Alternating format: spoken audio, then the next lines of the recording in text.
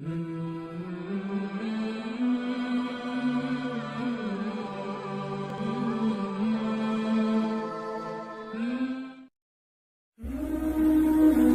के हवाले से अगर किसी का ज़हन हो कि मैं ये खाल अपने मोहल्ले की इमाम मस्जिद को दे देता हूँ, या जो कसाई हमारा जानवर ज़बह करने के लिए आया है इसको ही दे देता हूँ, तो इस पर फुक़हा कराम ने ये हुक्म जारी किया है कि जो खाल अब आप इमाम मस्जिद को देंगे या कसाई को देंगे तो इस पर उजरत नहीं दी जाएगी कि आप कहें कि इमाम मस्जिद का जो माहाना उजरत है उसके ज़िम्मे में ये खाल दे दी जाए,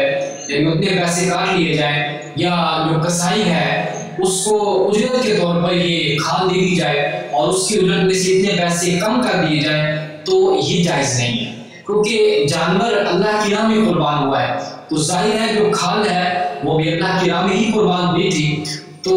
अब इस पर फतवा ये है कि अगर आप उस खाल को देना भी चाहते हैं इमाम मस्जिद या कसाई वगैरह को, तो वो तोहफतन दे दें, हिबतन दे दें कि आप ये खुशी के साथ हमारी तरफ से ये ले जाएं। तो इस पर ये फतवा जारी है कि अब ये हुक्म जायज़ है। अगर आप मस्जिद के मुहतम को दे देते हैं कि आप ये मस्जिद के तसर्रुफात में इसको ले लें, तो इस पर अगर मुहतम अगर चाहे तो